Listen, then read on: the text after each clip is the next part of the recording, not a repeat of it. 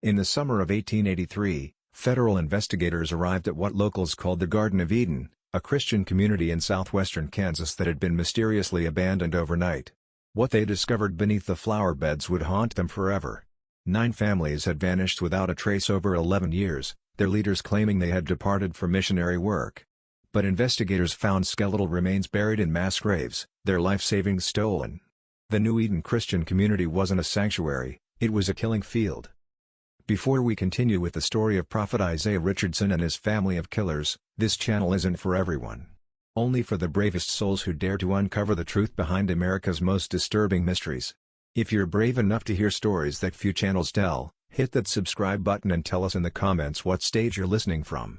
This story will make you question everything you thought you knew about faith and trust. What happened in those 11 years on the Kansas prairie would become one of the most systematically concealed crimes in American history, and tonight you'll learn why the federal government wanted this story to disappear forever. The year was 1871, and the Kansas frontier was still raw with possibility and danger. Dodge City lay 60 miles southwest, a lawless cattle town where gunshots punctuated Saturday nights like church bells on Sunday mornings. But 30 miles northeast of Dodge, in a fertile valley where Crooked Creek meandered through endless grassland, a different kind of settlement was taking root. The New Eden Christian community occupied nearly 2,000 acres of prime farmland, purchased with what appeared to be substantial Eastern investment.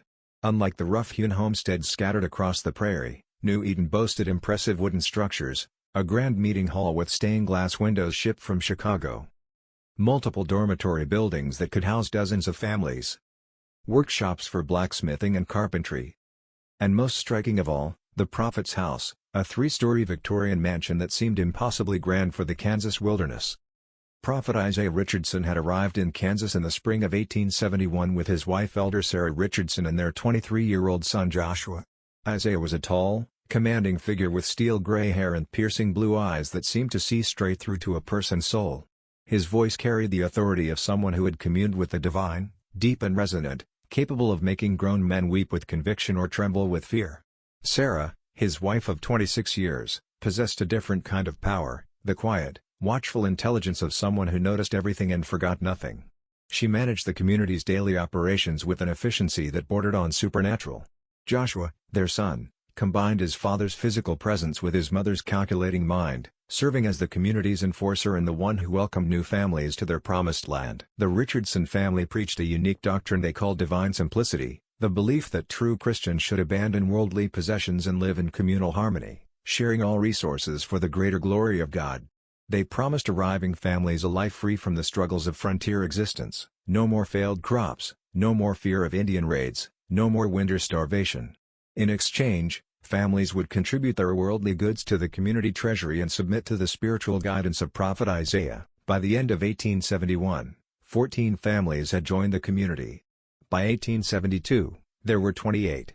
By 1874, New Eden had reached its stable population of 35 families, approximately 175 men, women and children living in what appeared to be perfect Christian harmony. Each family brought their life savings, their livestock, their tools, and most importantly, their unquestioning faith in Prophet Isaiah's divine mission. The community thrived with remarkable prosperity. Gardens yielded vegetables in abundance, despite the harsh Kansas climate. The workshops produced furniture and tools of exceptional quality that were sold in distant markets. Children attended school 6 days a week, learning not just reading and arithmetic, but also music and art. Evening meals in the Great Hall were times of fellowship and spiritual instruction, with Prophet Isaiah delivering sermons that spoke to the deepest longings of the human heart. But there were rules in New Eden, rules that newcomers learned gradually. All correspondence with the outside world had to be approved by Elder Sarah. Visits from relatives or friends were discouraged. After all, they might bring worldly influences that could corrupt the community's spiritual purity. Most importantly, once families committed their worldly goods to the community treasury, leaving became complicated. Prophet Isaiah explained that God had shown him visions of families who tried to leave, terrible visions of failure, death, and damnation that awaited those who turned their backs on divine calling. What visitors didn't see were the closed-door meetings between the Richardson family, always held in the prophet's house after the evening meal. They didn't notice how certain families seemed to struggle with doubt or discontent, asking uncomfortable questions about community finances or challenging the absolute authority that Prophet Isaiah claimed to possess. Most importantly, They didn't realize that the beautiful gardens surrounding the meeting hall, gardens that Elder Sarah tended with such devoted care, would eventually hold secrets that would shatter their faith in humanity forever. The Richardson family had not come to Kansas to build a Christian community. They had come to perfect a system that would make them wealthy beyond their wildest dreams, all while hiding their crimes behind the unassailable walls of religious devotion. The first murder happened on a bitter February night in 1872, exactly 10 months after the Miller family had arrived at New Eden. But to understand the true horror of what occurred, we must first understand how carefully the Richardson family had planned every detail of their unholy enterprise. Herman Miller had been growing restless. The promised education for his children consisted mainly of memorizing biblical passages and learning trades that seemed designed to benefit the community rather than prepare them for independent lives. More troubling, Herman had begun to question the community's finances. He had contributed $400 in valuable livestock to the treasury, yet when he asked Elder Sarah about purchasing winter clothing for his children, she had told him the community couldn't afford such luxuries. That February evening, Herman approached Prophet Isaiah after the community's dinner in the Great Hall. Other families were settling into their evening routines, unaware that they were about to witness the beginning of a pattern that would claim 9 families over the next 11 years. "Brother Isaiah," Herman said, his voice tight with barely controlled frustration, "I've been thinking about our family's contribution to the treasury. $400 plus our livestock and tools. That's more than some men see in 5 years. Yet my wife tells me we can't afford winter coats for the children." Prophet Isaiah's reaction was swift and calculated. His blue eyes flashed with what appeared to be righteous anger, but Joshua Richardson, watching from across the hall, recognized it as something else entirely. The cold fury of a predator whose prey had just revealed dangerous intelligence. The confrontation escalated quickly, with Herman growing more insistent about accountability and Isaiah becoming more dramatically offended by what he called worldly thinking. Finally, Prophet Isaiah raised his hand for silence. "Brother Herman, I can see that the devil has been whispering doubts in your ear. Come to my house after evening prayers and we'll seek divine guidance together." At 10 o'clock that night, Herman Miller walked through the snow to the prophet's house, expecting a private discussion about his concerns. Joshua Richardson met him at the door, explaining that his father was waiting in the study. The study was a comfortable room on the first floor, lined with religious books and warmed by a large fireplace. What happened next would be repeated, with minor variations, 8 more times over the following decade.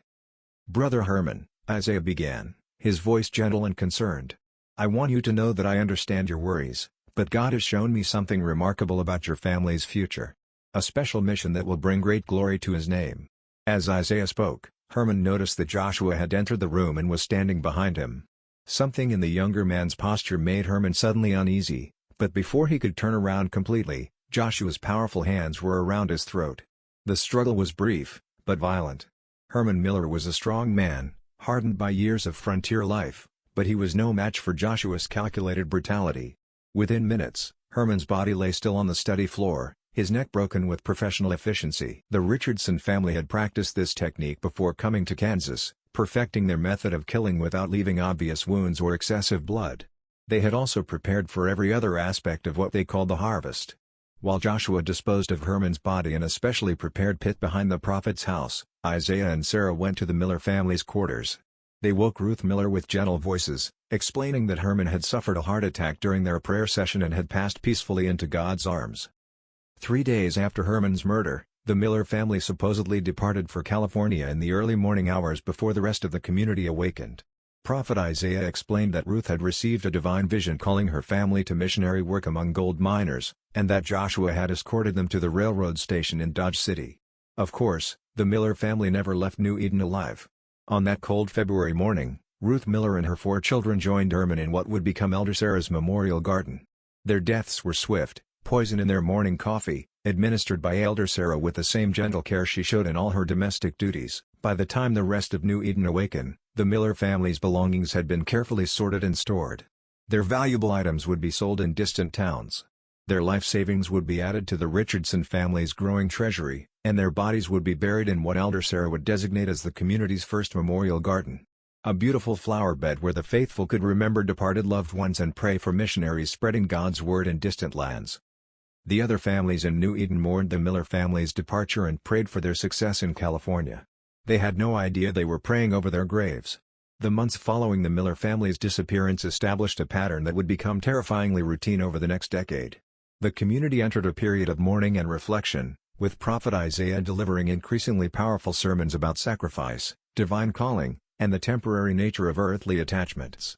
The remaining families drew closer together, finding comfort in their shared faith and their trust in the Richardson family's spiritual guidance. The beauty of the Richardson family system was its careful pacing. They understood that eliminating families too frequently would create suspicion, so they spaced their activities strategically. Between murders, they focused on recruiting new families, managing the community's legitimate prosperity, and most importantly, identifying their next victims through careful psychological observation. New families continued to arrive with remarkable regularity throughout 1872 and 1873, drawn by stories of New Eden's success that spread through church networks across the Midwest. The community maintained its stable population of 35 families, with new arrivals replacing those who had been called to missionary service or who had left for legitimate reasons. Thomas Hartwell and his family arrived from Ohio in the spring of 1873, bringing substantial savings and 2 teenage sons who showed promise as craftsmen. Thomas had been a schoolteacher, and his intellectual curiosity made him valuable for managing New Eden's educational programs. But by the autumn of 1873, Thomas had begun asking uncomfortable questions about record-keeping and financial accountability that made him dangerous to the Richardson family's control. On November 15, 1873, Thomas Hartwell suffered a sudden illness during evening prayers. He collapsed in the meeting hall writhing in apparent agony before falling still. Elder Sarah, who had extensive knowledge of medicinal plants gathered from the Kansas prairie, had added a carefully measured dose of water hemlock to Thomas' evening tea. The community mourned Thomas' tragic death, and prophet Isaiah received another divine vision. God, he announced, had revealed that Thomas' widow Mary and their sons were called to join a special missionary expedition to work among the Scandinavian immigrants in Minnesota Territory. 3 days after Thomas' funeral, the surviving Hartwell family supposedly departed for their new mission. Like the Miller family before them, the Hartwells never left New Eden alive. Their bodies joined the growing collection in Elder Sarah's memorial garden, their worldly goods added to the Richardson family's treasury, their deaths explained away by divine mission and spiritual calling. The Kowalski family arrived from Illinois in 1874, Polish immigrants with skills in metalworking that proved valuable to the community's workshops. But Stefan Kowalski possessed an old-world skepticism about religious authority that made him question prophet Isaiah's absolute control over community finances. In February 1875, the Kowalski family perished in a tragic accident when their quarters caught fire during a winter storm. According to Joshua's tearful account, he had tried desperately to rescue them, but the fire spread too quickly. Elder Peterson joined the community in 1875, bringing his wife and daughter, along with substantial banking experience that initially seemed useful for managing New Eden's increasingly complex financial operations. But by early 1876, Peterson had begun to notice discrepancies between the community's supposed poverty and its actual expenditures. During a severe prairie storm in May 1876, Elder Peterson was struck by lightning while working in the fields. His widow and daughter soon received a divine calling to missionary work among railroad construction crews in Colorado. Each elimination taught the Richardson family new lessons about refining their methods. They learned to vary their techniques. Sometimes accidents. Sometimes illness.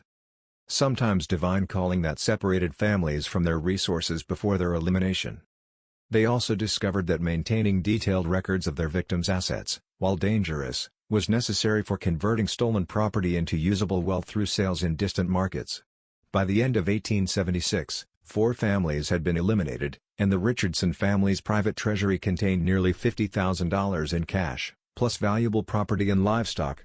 More importantly, they had perfected their system of identifying problematic families, manipulating religious devotion to maintain control, and eliminating threats, while maintaining their reputation as devoted Christian leaders. The community members who remained had no suspicion that they were living alongside a carefully constructed death trap.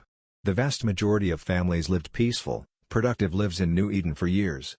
They saw only the Richardson family's apparent devotion to Christian principles, the community's material prosperity, and the occasional inspiring examples of faithful families who had accepted God's calling to carry the gospel to distant and dangerous places. When letters arrived from the outside world asking about missing relatives, Elder Sarah's responses were masterpieces of religious rhetoric and believable explanation. When government officials occasionally inquired about land ownership or tax obligations, prophet Isaiah's documentation was meticulous and his legal compliance apparently flawless. The years 1877 through 1880 marked a period of increasing confidence for the Richardson family, but also growing danger as their success began to attract unwanted attention. They had eliminated 4 families without creating suspicion, accumulated substantial wealth, and established New Eden as one of the most prosperous religious communities on the Kansas frontier. But success had made them bold, and boldness was about to lead them into risks that would ultimately expose their crimes. The Brennan family arrived from Missouri in April 1877, fleeing debts that had destroyed their farming operation. Patrick Brennan was an Irish Catholic who had converted to Protestant Christianity after marrying his wife Margaret, and this religious transition had alienated him from his extended family back east. The Brennans brought their 6 children, ranging from 8 to 20, plus nearly $700 in savings that represented their entire life's work. Patrick Brennan possessed one quality that made him ultimately incompatible with the Richardson family's system. He was a natural investigator. His Irish Catholic background had taught him to be wary of religious authority, and his experience with financial ruin had made him skeptical of promises that seemed too good to be true. By the winter of 1877, Patrick had begun asking uncomfortable questions about the families who had supposedly departed for missionary work. "Brother Isaiah," Patrick said one evening after community prayers, "I've been wondering about the families that have left for missionary work. In 3 years, I've never received a single letter from any of them, despite writing several myself. Don't missionaries usually maintain correspondence with their supporting communities?" Prophet Isaiah's response was immediate and calculated. "Brother Patrick, I'm troubled by your lack of faith in God's mysterious ways. Families called to frontier mission work often find themselves too isolated and busy to maintain regular correspondence. We must trust that they are fulfilling God's will, even when we cannot see the results." But Patrick's questions continued, and they grew more specific. Why did departing families always leave so suddenly? Why were their destinations always vague and difficult to verify? Why did the community keep no official records of missionary activities that could be shared with supporting churches in other states? The Richardson family's solution was their most audacious yet. In March 1878, they staged what appeared to be a miraculous divine intervention. During evening prayers, Prophet Isaiah suddenly collapsed, writhing on the floor of the meeting hall in apparent supernatural agony. Elder Sarah and Joshua rushed to his aid, while the assembled community watched in horror as their spiritual leader seemed to battle with invisible forces. After nearly an hour of this terrifying display, Prophet Isaiah rose to his feet, his face radiant with apparent divine revelation. In a voice trembling with religious ecstasy, he announced that God had shown him a vision of terrible danger threatening New Eden. Satan, he revealed, had sent agents to infiltrate the community and destroy it from within by spreading doubt and questioning divine authority.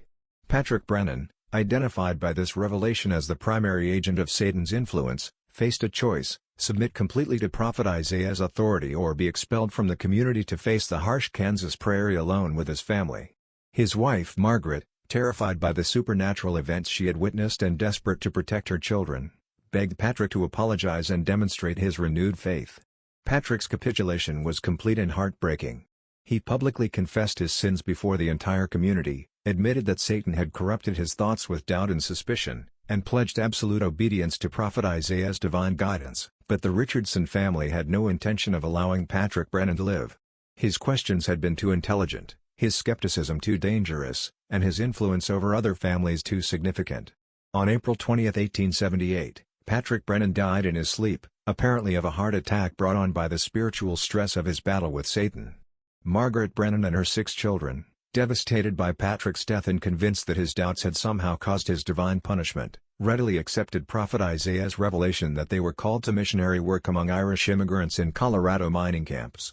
Their tragic loss would make them powerful witnesses for the importance of religious obedience. The Brennan family's departure for Colorado followed the now established pattern, except that their elimination provided the Richardson family with their largest single haul of assets: $700 in cash plus valuable personal property that could be sold discreetly in distant markets. 2 more families would fall victim to the Richardson system between 1879 and 1881. The Schmidt family, German immigrants who made the mistake of questioning the community's lack of contact with Lutheran churches in their homeland, died in a food poisoning incident that affected only their household. The Caldwell family met their end in 1881 when Patriarch William Caldwell's drinking problem led him to make indiscreet comments about missing families and suspicious deaths. But it was the elimination of the Caldwell family that would ultimately bring down the Richardson enterprise, because it included a victim who was too young to be manipulated by religious authority and too intelligent to accept the explanations that satisfied traumatized adults. 16-year-old Emma Caldwell had grown up on the frontier, where death was a frequent visitor and children learn early to observe adult behavior with careful attention. Emma's investigation began with simple observation after her mother's natural death from consumption in late 1880. She noticed that Elder Sarah asked very specific questions about her mother's family back east. Did they write letters regularly? Would they expect to hear from the Caldwells soon? How much did they know about the family's plans in Kansas? When Emma was helping Elder Sarah sort through her mother's belongings, she noticed that Elder Sarah set aside all correspondence and family records. These documents will be important when God calls your family to missionary service, Elder Sarah explained, speaking as if such a calling was already determined rather than merely possible. Emma began paying attention to patterns in the community's missionary departures. She realized that families chosen for elimination were always those who had questioned community policies or possessed resources that made their elimination particularly profitable. More disturbing was her discovery of a hidden storage room beneath the prophet's house, containing personal belongings from families who had supposedly departed for frontier missions but had left behind their most precious possessions. In January 1881, Emma made a desperate decision.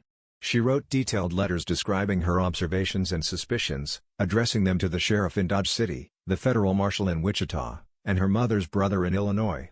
But before she could mail the letters, Elder Sarah discovered her activities. The Caldwell family's elimination in February 1881 followed the established pattern. But Emma's desperate attempt to expose the truth had planted the first seeds of fear in the Richardson family's minds. For the first time since they had begun their murderous enterprise, they faced the possibility that their crimes might be discovered and punished. The Richardson family's growing paranoia in the wake of Emma Caldwell's investigation led them to make their first serious mistakes in nearly a decade of perfect murders. Emma's attempted exposure had failed, but her intelligence and determination had shown them how vulnerable their system could be to a victim who was smart enough to recognize patterns and brave enough to seek outside help. The elimination of the Caldwell family in February 1881 marked the beginning of the end for the Richardson family's reign of terror, though they didn't realize it at the time. Emma's death had been necessary to protect their enterprise, but her final words, shouted in desperation as Joshua cornered her against a cliff face, would haunt Elder Sarah for months afterward. "I wrote 3 letters. They're already mailed. Everyone will know what you've done here." Emma had been lying, of course. The letters were still hidden in her clothing, never having reached any post office or government official, but her bluff achieved something no other victim had managed. It planted genuine fear in the Richardson family's minds about the possibility of outside investigation. This fear led them to make a series of decisions that would ultimately expose their crimes. But the Hoffman elimination in June 1882 differed from all previous operations because it was motivated by greed rather than necessity, and because it was planned hastily rather than with the careful preparation that had characterized their earlier crimes. Klaus Hoffman had been a successful merchant in Prussia before immigrating to Kansas with his wife Greta and their 3 teenage children. He had sold his European business interests for a substantial sum, converting his wealth into American currency and government bonds that he planned to use for establishing a new trading operation in the American West.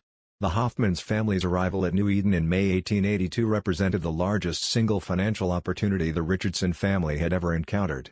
But Klaus Hoffman was also the most sophisticated victim they had ever targeted. His experience with international banking made him naturally suspicious of New Eden's unusual financial arrangements, and his knowledge of German immigrant communities across the Midwest meant that his disappearance would be more likely to trigger outside investigation than the elimination of isolated frontier families. The Richardson family's desperation to acquire the Hoffman assets before their planned departure led them to abandon their usual careful patience. Instead of spending months evaluating Klaus's psychology and planning his elimination, they decided to act within weeks of his arrival. This haste led to their first serious operational error in a decade of perfect crimes. On the night of June 15, 1882, the Richardson family attempted to eliminate Klaus Hoffman using their standard technique of a private spiritual consultation in the prophet's house study. But Klaus had been suspicious of the community's operation since his arrival, and he had taken the precaution of telling his wife Greta to expect his return by midnight and to alert other community members if he failed to appear. When Joshua Richardson attempted to overpower Klaus during the fake spiritual session, he encountered unexpected resistance.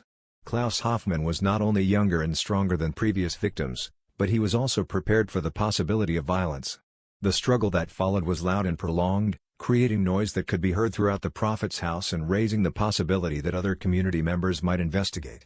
More seriously, Klaus managed to wound Joshua with a letter opener before being killed, creating a blood trail and obvious signs of violence that could not be explained away as natural death or accident. For the first time in their criminal careers, the Richardson family faced the challenge of explaining obvious evidence of murder to community members who had been awakened by the sounds of struggle. Their solution was characteristically audacious but ultimately self-destructive. Prophet Isaiah announced the next morning that Klaus Hoffmann had been possessed by demonic forces during their spiritual consultation, requiring a violent exorcism that had ultimately resulted in the demon's departure and Klaus's peaceful death. This explanation satisfied the traumatized community members who had heard the struggle, but it also created the first cracks in the Richardson family's reputation for divine authority and peaceful community leadership. Greta Hoffmann and her children, devastated by Klaus's death and terrified by the supernatural explanations they had been given, readily accepted Prophet Isaiah's revelation that they were called to return to Germany as missionaries to their former homeland. Their departure from New Eden was scheduled for early July, supposedly to catch a ship from New York back to Europe. But the Hoffmann family never left Kansas alive, and their elimination on July 3, 1882, was witnessed by someone the Richardson family had never considered a threat. 8-year-old Timothy Weber, son of one of New Eden's most devoted families, who had been hiding in the prophet's house barn during a game of hide-and-seek when the murders occurred.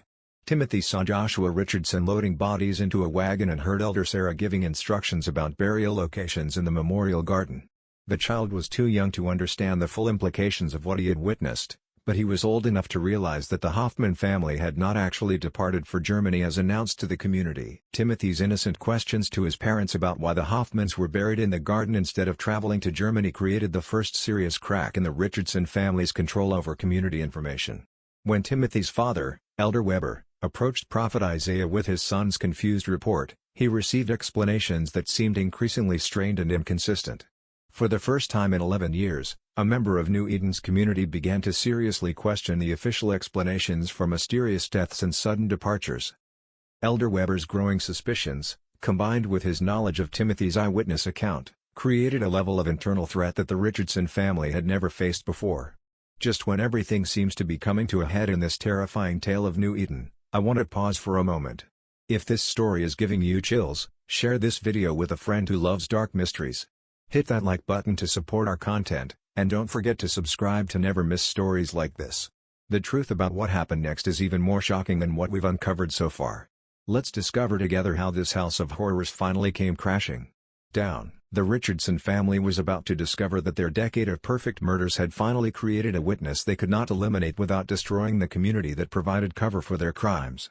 The investigation that would ultimately expose the Richardson family's crimes began not with law enforcement, but with a persistent mother named Catherine Brennan McKenna, the older sister of Patrick Brennan who had been murdered in 1878. Catherine lived in St. Louis, where her husband Michael McKenna worked as a federal customs inspector. Unlike most relatives of New Eden's victims, Catherine possessed both the resources and the government connections necessary to pursue a thorough investigation into her brother's disappearance. Catherine had been troubled by the complete lack of communication from Patrick's family since their supposed departure for Colorado missionary work in April 1878. Patrick had been a faithful correspondent throughout his adult life, writing regularly to his sister, even during the most difficult periods of his farming struggles in Missouri. His complete silence after joining New Eden seemed entirely out of character, especially given that he had 6 children whose lives Catherine would have expected him to share through letters. In the spring of 1882, Catherine convinced her husband to use his federal connections to make official inquiries about the Brennan family's whereabouts. Michael McKenna contacted federal Indian agents in Colorado Territory, railroad companies that handled passenger traffic to mining regions, and Catholic missionary organizations that worked among Irish immigrants in the Western Territories.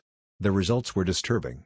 No record existed of any family named Brennan engaging in missionary activities in Colorado or any other Western location during the specified time periods. Armed with this information, Catherine and Michael traveled to Kansas in August 1882, determined to visit New Eden and demand answers about Patrick's family. Their investigation would have proceeded very differently if they had announced their arrival in advance. But fortunately for the cause of justice, they decided to approach New Eden unannounced, hoping to observe the community's normal operations before revealing their purpose. What Catherine and Michael observed during their 3-day reconnaissance of New Eden was a community that seemed prosperous and well-organized, but also strangely tense and secretive. They positioned themselves on hills overlooking the settlement, using Michael's military field glasses to study the daily routines of community members. What they saw raised immediate questions about New Eden's operations and the Richardson family's explanations for missing relatives. The community's buildings were well maintained and recently expanded, suggesting access to significant financial resources that seemed inconsistent with a struggling religious settlement dependent on donations. Expensive farm equipment sat in the workshops, and the quality of livestock visible in the pastures indicated substantial investment in agricultural operations that would require more capital than 35 frontier families could reasonably provide. More disturbing were the behavioral patterns Catherine noticed among the community members. During evening gatherings visible through the meeting hall windows, people seemed to demonstrate an almost frantic enthusiasm for religious activities, as if they were performing their devotion rather than expressing genuine spiritual joy. Children appeared subdued and watchful, exhibiting the kind of hyper-alert behavior Catherine recognized from her work with immigrants who had fled religious persecution in Ireland. Most significantly, Catherine and Michael witnessed something that confirmed their worst suspicions about New Eden's true nature. On their third morning of observation, they saw Elder Weber approach Prophet Isaiah with what appeared to be urgent concerns, accompanied by his young son, Timothy. The conversation that followed was clearly agitated, with Prophet Isaiah's usual commanding demeanor giving way to obvious anxiety and defensive gestures. That evening, Catherine and Michael approached New Eden openly, presenting themselves as relatives of Patrick Brennan and demanding to speak with community leaders about his family's current location. Their arrival created a stir of activity that confirmed their suspicions. This was not a community accustomed to unexpected visitors or comfortable with outside scrutiny. Prophet Isaiah Richardson met them in the community's meeting hall, flanked by Elder Sarah and Joshua. His initial response to their inquiries was smooth and confident, explaining that the Brennan family had indeed departed for missionary work in Colorado and was doing excellent work among Irish miners in remote mountain valleys. He produced letters supposedly written by Patrick, describing the family's successful ministry and their plans to establish a permanent mission station in an isolated location. But Catherine had not spent 40 years reading her brother's correspondence without learning to recognize his handwriting and writing style. The letters Prophet Isaiah showed her were obvious forgeries. The handwriting was similar but not identical, and the language was formal and religious in a way that Patrick, despite his spiritual devotion, had never used in personal correspondence. Most damning, the letters contained geographical references that Catherine knew were incorrect, describing mining operations in locations where no such activities existed. "These letters were not written by my brother," Catherine stated flatly, her Irish temper beginning to show. Patrick would never describe the Colorado Rockies as having gentle valleys suitable for farming and family settlement. He served in the Colorado Territory during the war, and he knew those mountains were harsh and dangerous. The confrontation that followed revealed the first serious cracks in the Richardson family's carefully constructed facade. Prophet Isaiah's religious authority meant nothing to Catherine McKenna, who had been raised in the Irish Catholic tradition of questioning Protestant ministers. Her husband's federal credentials made it impossible to dismiss their concerns or intimidate them into leaving. Most importantly, their announced intention to report New Eden to territorial authorities meant that the Richardson family could not simply make them disappear like previous troublemakers. The breakthrough came when Michael McKenna, using his federal investigator training, began asking specific questions about New Eden's legal status and financial operations. How was the community's land ownership documented? What records existed of the substantial property transfers that would be necessary for families to donate their worldly goods to community treasury? Where were the tax records that territorial law required for large agricultural operations? Prophet Isaiah's responses to these questions were evasive and inconsistent. He claimed that community finances were managed through divine guidance rather than earthly record-keeping, that legal documentation was unnecessary for families who had transcended worldly concerns, and that tax obligations were handled through special arrangements with territorial authorities that outsiders couldn't understand. These answers confirmed Michael's suspicions that New Eden was operating outside legal boundaries in ways that suggested criminal activity. As a federal customs inspector, he had extensive experience recognizing financial fraud and property crime. The community's obvious prosperity, combined with the lack of legitimate documentation for its resources, suggested systematic theft on a massive scale. That night, Catherine and Michael made a decision that would finally bring justice to New Eden's victims. Instead of confronting the Richardson family further, they quietly departed for Dodge City, where Michael's federal credentials would allow them to request an official investigation by territorial marshals. They carried with them Timothy Weber's eyewitness testimony, Elder Weber's observations about the Memorial Garden, and most importantly, evidence of systematic financial fraud that would justify federal intervention. The Richardson family watched the McKennas leave with growing panic, realizing that their perfect system was facing its most serious threat ever. For the first time in 11 years of successful murders, they faced investigation by federal authorities who possessed both the resources and the legal authority to expose their crimes. The federal investigation of New Eden began on September 10, 1882, when Deputy U.S. Marshal James Crawford arrived at the community with warrants to examine financial records and interview residents about missing persons reports filed by relatives in multiple states. Crawford was accompanied by a territorial attorney, a federal land office inspector, and 2 deputy sheriffs from Ford County. They also brought something the Richardson family had never encountered before: legal authority that transcended religious claims and community autonomy. What the investigators found during their first day at New Eden was a community in the grip of carefully controlled panic. The Richardson family had spent the previous 3 weeks preparing for this possibility, coaching community members on appropriate responses to official questions and hiding or destroying evidence that might reveal the true scope of their crimes. But they had also made a fatal error that would ultimately expose everything. They had become so confident in their system that they had kept detailed records of their victims' property and possessions, believing these records would serve as evidence of legitimate business transactions rather than proof of systematic murder. Marshal Crawford's discovery of the hidden vault beneath the prophet's house was almost anticlimactic after hours of examining suspicious financial records and interviewing terrified community members. The vault contained personal belongings from 9 families, carefully catalogued and stored with the efficiency of a criminal enterprise. Family photographs, personal Bibles, children's toys, wedding rings, and most damning of all, identity documents that prove these families had never left New Eden alive. But the physical evidence that finally broke the case was Elder Sarah's memorial garden. The beautiful flower beds where she had spent 11 years carefully tending blooms above the graves of her victims.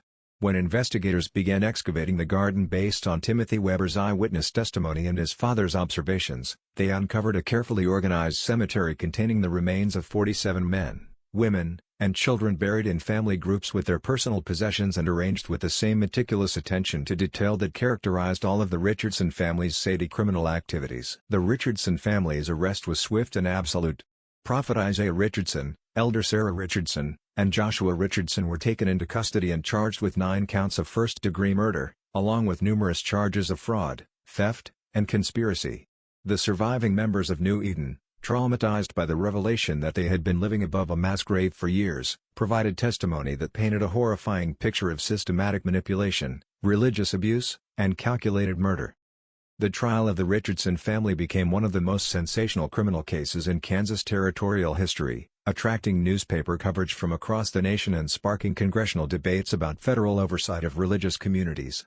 The evidence presented during the proceedings revealed not just the scope of their crimes, but the sophisticated psychological techniques they had used to maintain control over their victims and conceal their activities from outside scrutiny. The prosecution, led by Territorial Attorney William Harrison, built their case methodically around 3 devastating categories of evidence.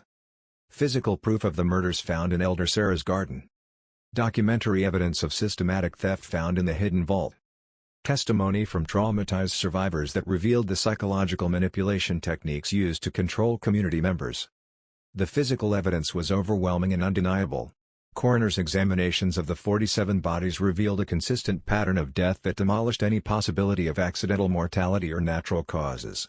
Men typically showed signs of strangulation or blunt force trauma to the skull. Women and children often exhibited evidence of poisoning, with bone samples containing traces of water hemlock and other toxic plants that Elder Sarah had cultivated in hidden sections of her garden for purposes that were now horrifyingly clear. The documentary evidence found in the vault told an equally damning story of systematic financial crime. The Richardson family had kept meticulous records of their victims' assets, tracking everything from cash savings to livestock values to personal property that could be sold in distant markets. These records revealed that the family had accumulated more than $150,000 in cash and convertible assets over 11 years, a fortune that would be equivalent to millions of dollars in modern currency. Most damaging to any possible defense was the testimony of New Eden survivors, particularly Elder Weber and his son Timothy, whose innocent observations had triggered the investigation. Their accounts revealed a community where religious devotion had been weaponized to ensure absolute obedience and where questioning authority was portrayed as spiritual rebellion worthy of divine punishment. Elder Weber's testimony was particularly devastating. "We trusted them completely," he said, his voice breaking as he described years of witnessing suspicious disappearances. When families would vanish overnight, We accepted the explanations because we believed Prophet Isaiah spoke with God's voice. We were told that doubt was the devil's work, that questioning divine revelations was the same as questioning God himself. We were fools, and our foolishness cost innocent people their lives. The defense attorneys attempted to argue that the Richardson family was suffering from religious delusions that made them legally insane. But this strategy collapsed when prosecutors revealed the meticulous planning and calculated execution that characterized their crimes. No mentally incompetent individuals could have maintained such sophisticated operations for 11 years, managing complex financial records, manipulating government inspections, and coordinating the elimination of 9 families without leaving evidence that led to earlier discovery. Prophet Isaiah Richardson's own testimony proved to be the final nail in his family's legal coffin. Convinced even during his trial that he possessed divine authority, Isaiah attempted to justify his actions by claiming that God had revealed to him which families were worthy of salvation and which were destined for destruction. His complete lack of remorse, combined with his detailed knowledge of each family's elimination, demonstrated a level of premeditation that made the death penalty inevitable under Kansas territorial law. The jury deliberated for less than 3 hours before returning guilty verdicts on all counts against all 3 defendants. Prophet Isaiah Richardson, Elder Sarah Richardson, and Joshua Richardson were sentenced to death by hanging, with their executions scheduled for November 15, 1882, exactly 9 years after Thomas Hartwell had become their second victim. The executions were carried out simultaneously on 3 gallows erected in the town square of Dodge City, witnessed by nearly 1,500 people who had traveled from across Kansas and neighboring territories to see justice served for one of the most heinous crimes in American frontier history. Local newspapers reported that all 3 members of the Richardson family went to their deaths, maintaining their claims of divine authority, with Prophet Isaiah's final words being a prediction that God would vindicate their actions and punish those who had opposed his sacred mission. The aftermath of the New Eden massacre had profound implications that extended far beyond the punishment of the Richardson family. The federal government implemented new oversight requirements for isolated religious communities, mandating regular inspections and financial audits that would make similar crimes much more difficult to conceal. Congressional investigators used the case as evidence for the need for stronger territorial law enforcement, leading to expanded federal marshal services and improved communication systems for tracking missing persons across state and territorial boundaries. The surviving members of New Eden faced the difficult task of rebuilding their lives after years of psychological manipulation and trauma. Most returned to their original home states, aided by federal compensation payments funded through the sale of the Richardson family's stolen assets. Several survivors required ongoing medical care for what physicians of the era diagnosed as nervous exhaustion, but which modern psychology would recognize as severe post-traumatic stress disorder. Catherine Brannon McKenna, whose persistent investigation had triggered the discovery of New Eden's crimes, became a celebrated figure in newspaper accounts of the case. She used her newfound public platform to advocate for improved federal oversight of religious communities and better protection for families seeking refuge in isolated settlements. Her efforts contributed to legislation that required territorial authorities to maintain regular contact with religious communities and to investigate any reports of missing persons with federal resources. The physical site of New Eden was abandoned immediately after the trials, with territorial authorities declaring the land unsuitable for future settlement due to its association with mass murder. Local folklore claimed that the property was cursed, and indeed, several attempts to establish new settlements on the land failed due to mysterious accidents and unexplained difficulties. The buildings gradually fell into ruin, and by the early 1900s, nothing remained of the community except foundation stones and the carefully tended gardens where Elder Sarah had hidden her victims' graves. Modern historians who have studied the New Eden massacre consider it one of the most sophisticated criminal enterprises in 19th-century American history, remarkable not just for its scope and duration, but for the psychological techniques the Richardson family used to maintain their operation. Criminal psychologists have identified the case as an early example of organized criminal activity disguised as religious authority, establishing patterns that would unfortunately be repeated in various forms throughout American history. The story of New Eden serves as a chilling reminder of how religious devotion can be manipulated by those who understand human psychology and exploit the natural human need for community and spiritual guidance. It demonstrates how isolation and authority can be used to control victims so completely that they participate in their own destruction, believing until the very end that they are serving a divine purpose rather than feeding a family of calculating killers. Perhaps most disturbing of all, the Richardson family's crimes reveal how easily a community can become complicit in systematic evil when that evil is presented as religious duty and spiritual necessity. The families who died at New Eden were not naive or foolish. They were faithful Christians seeking a better life for their children. People whose trust and devotion were weaponized against them by individuals who understood exactly how to exploit the deepest human needs for meaning, belonging, and divine purpose. The 9 families who perished in the Kansas prairie between 1872 and 1882, the Millers, Hartwells, Kowalskis, Petersons, Brennans, Hoffmans, Schmidts, Caldwells, and one final family whose name was lost to history, represent more than a statistical tragedy. They represent the ultimate betrayal of faith, the corruption of religious community, and the terrible price paid when absolute power meets absolute evil in the isolated spaces where civilization's protective eyes cannot see. This mystery shows us that the greatest evil often comes not from obvious monsters, but from those who present themselves as servants of light while serving only their own dark appetites for power and wealth. What do you think of this story? Do you believe everything was revealed about the Richardson family's crimes? Or could there have been even more victims whose disappearances were never connected to New Eden? Leave your comment below. If you enjoyed this tale and want more horror stories like this, subscribe, hit the notification bell, and share with someone who loves mysteries. The truth about human evil is often more terrifying than any supernatural horror, and there are more stories like this waiting to be told. See you in the next video.